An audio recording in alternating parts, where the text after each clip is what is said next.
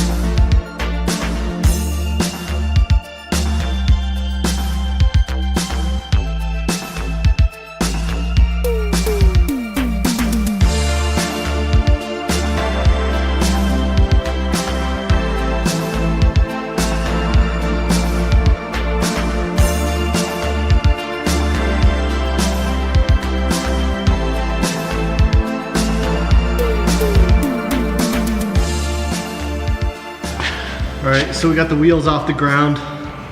I'm really surprised at how stiff this chassis is. I've had a couple 80s Hondas that if you jacked up one front corner, the other one would flex, the whole body would flex, and the other tire wouldn't come off the ground. And this one, they both came up almost together, so extremely stiff chassis on this car. But now I can go ahead and get all the wheels off, and I got it really high so we can take a look at everything, and I'm gonna start ordering some parts. I know I need a couple. I'm gonna see if I need a couple others. It only has 20,000 miles, so wheel bearings and stuff, I'm hoping I can just repack. And yeah, we'll see what we're working with. So I'm gonna get my original controller out of here and back on the bench so we can diagnose it further. And I'm gonna put my new controller in the car where it should be.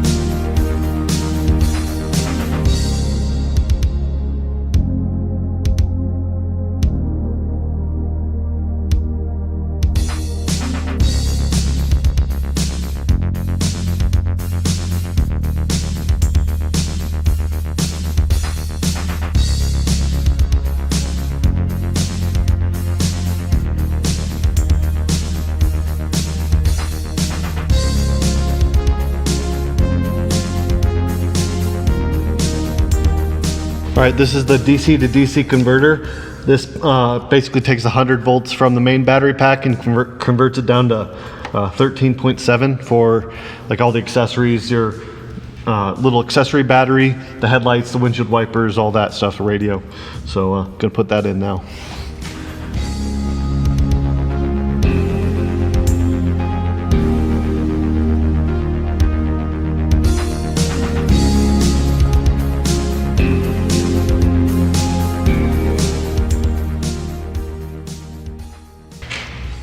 For whatever reason, there's only 3 nuts for the DC-DC and only 3 for the charger too. The charger I understand because it's hard to get to the 3rd bolt, but on the DC-DC it's perfectly fine to get to.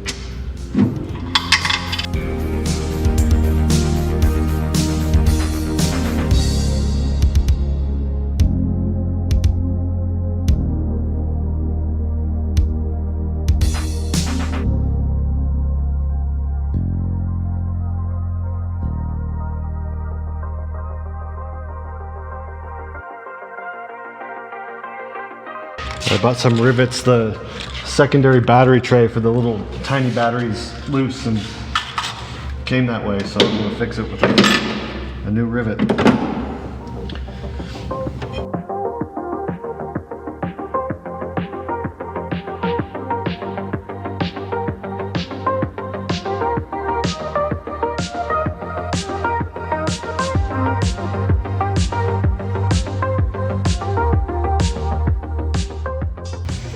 Alright, down in here goes the secondary 12-volt battery.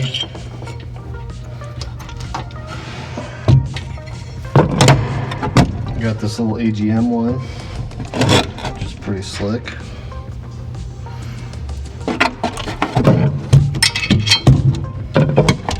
You probably want to put some foam in there to space it a little bit.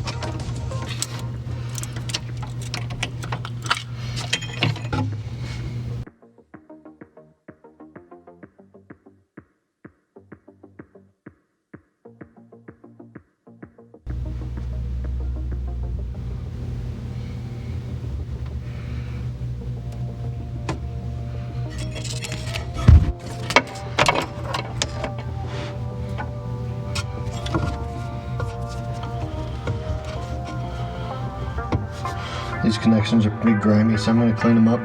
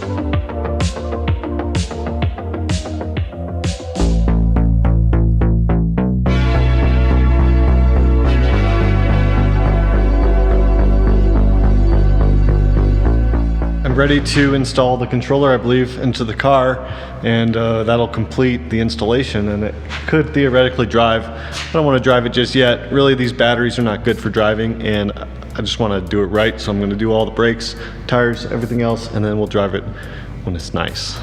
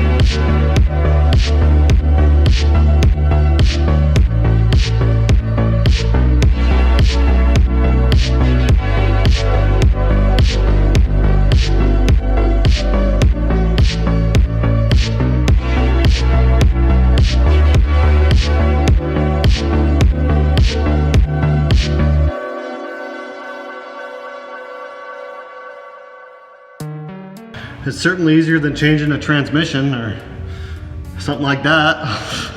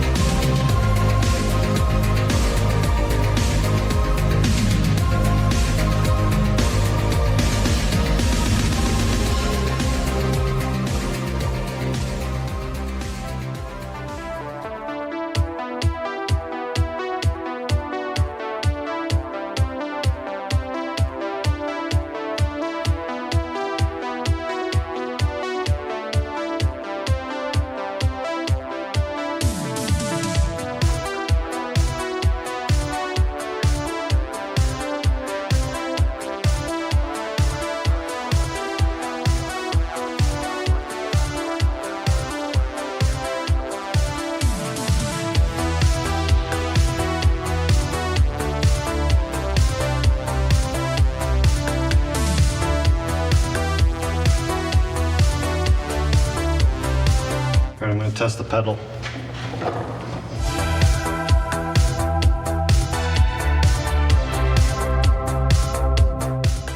Pretty cool moment. The car now has a controller installed in it for the first time in 14 years, or almost 14 years. But not only that, but it's a working controller, because the last time this had a controller, it was a broken controller. So this is a pretty big moment, pretty epic. I think what I'm going to do now is turn it on and we'll do some tests. I want to test if the DC to DC converter works. I want to test if the charger works. And I want to test if we can put it in gear and spin the tires. So let's try that now. Okay, so first we're going to test the auxiliary 12 volt system and see if it charges. So I'm measuring the voltage now, and it looks like we're right at 13 volts. So what I'm going to do is key on the car, and that should jump up to 13.7. So let's do that now. Okay, we'll key on.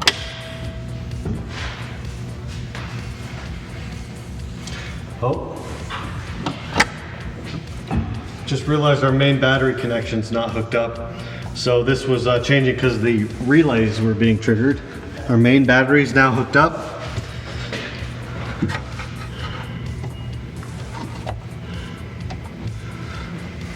Key on.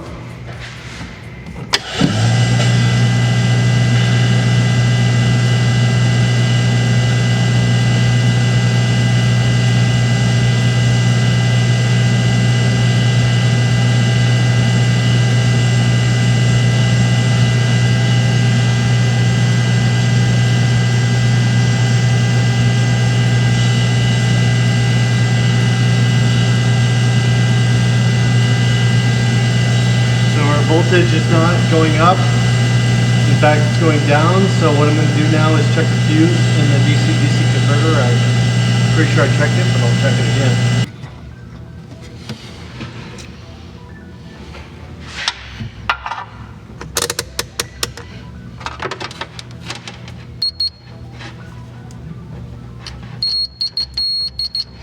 All right, so the fuse is good. All right, well, that wasn't working. I'm not sure exactly how it works, so what I'm going to try to do now is turn the car on and actually put it in gear and drive it, add some throttle, and see if when I add throttle, if maybe this comes up. So I'm going to do that now.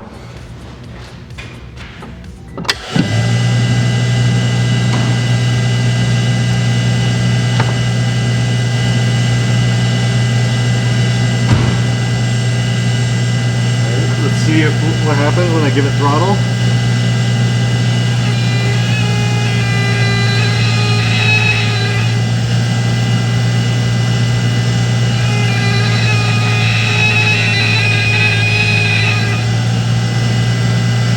All right, so best as I can tell, my DC to DC converter is not working. I'm gonna have to diagnose that a little bit further and see what's going on. I think my batteries are a little low on voltage also. Like I said, these are just like car batteries I literally got for free. They are not designed for electric vehicles or high amp or like high capacity usage. They're designed to start an engine once and then be charged by the alternator again. So they're probably a little bit down from our testing last night, even though like in a real EV situation, we wouldn't have even driven a couple miles based on the amount of energy we used. But in this situation, it's draining the battery. So this is a good time to test my charger. So we'll do that now. We'll test my charger. All right, here goes moment of truth. It's measuring the voltage on the charger.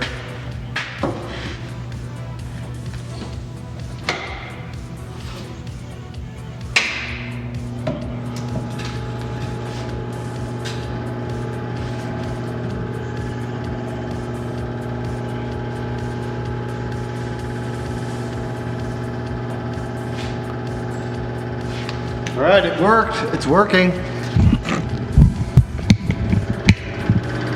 So we can see here on the previous owner, he put this mirror so that we can see it's pulling about just under or just over 10 amps. Okay, cool, like 11 amps. And the volts are about 101 maybe. And that fan is in underneath this cowl, and there's a fan that blows air over the batteries as it charges. We heard the relay kick on because it kicks on the main high power relay when it charges. So that's cool, and because it's taking on 10 amp charge, that means that my batteries were probably low and they're absorbing it, so that's good. So bittersweet times here at Unique Mobility. So we got the car going the other night, and I was all stoked to show it off and everything I was going to do. I was going to spin the tires up here on the jack stands, and I was even thinking about taking it around the block. Well, I got an issue. I got a blown motor. Well, not really a blown motor, but there's some issue with the motor, and I have no continuity across the field. Now on these cars, it's a separately excited motor, which is used to be state of the art, but now it's extremely obsolete, and there's very little parts for it, which is why I was so stoked to find a working controller and fix my original controller, because that means I have two. I have a backup and one to run the car. And these SEPX, separately excited motors, are, you know, they're going the way of the dodo. The companies that used to make controllers are no longer making controllers for them. So it would be really hard to get this car on the road without that controller. So luckily I have the controller, but now I've got a problem with the motor. So let me show you a little bit more about what I'm talking about. If we look down here, we see F1 and F2 stamped into the motor casing there. And these are insulated connectors, and this is where the field connections, positive and negative, go. And basically what happens is a DC voltage is applied across these two, and then over here, this is the armature. So another DC voltage is applied across these. And these two voltages are separate, and they fluctuate as this voltage increases and the motor reaches a certain RPM. This voltage starts to decrease and lowers the field strength and allows the motor to spin it to a faster RPM. Now basically what we suspect has happened, and I've talked to Jim McCullough, he's been helpful with me. He thinks, and I think, that what happened is the other night when we were installing and removing the controllers, we did 3 of them, and we did it over and over, back to back, and we probably spun one of these 2 lugs and tore the cable from the inside connection. There we go. It's a little hard to see, but see that damaged wire there? I torqued that lug a little too much and ended up damaging it.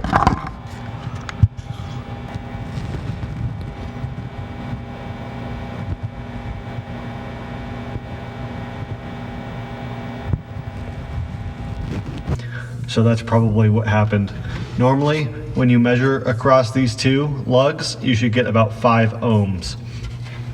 Unfortunately, when I measured that, I get about infinite ohms. So there's no continuity between these 2 lugs, which means my field is not energizing, which means the motor's got to come out. So luckily, Jim McCullough, he does have brand new factory fresh motors in his garage, so I'm going to try to snag one of those. And honestly, this looks like a pretty simple removal of this motor compared to an internal combustion engine. So I should be able to pop this motor out, put a brand new motor on there. I'm going to take the time to clean up the engine bay and clean up some other stuff that I was just going to ignore for the moment. So I mean, in the end, it's going to be a better car. So I guess that about does it for this video. But luckily, the part that is unobtainium, we've got 2 of now, the controllers. So happy that we have an extra controller. And the part with the motor, that part is more common, and I need to swap that out. So that's what we're gonna do. Stay tuned. Thanks for watching Unique Mobility.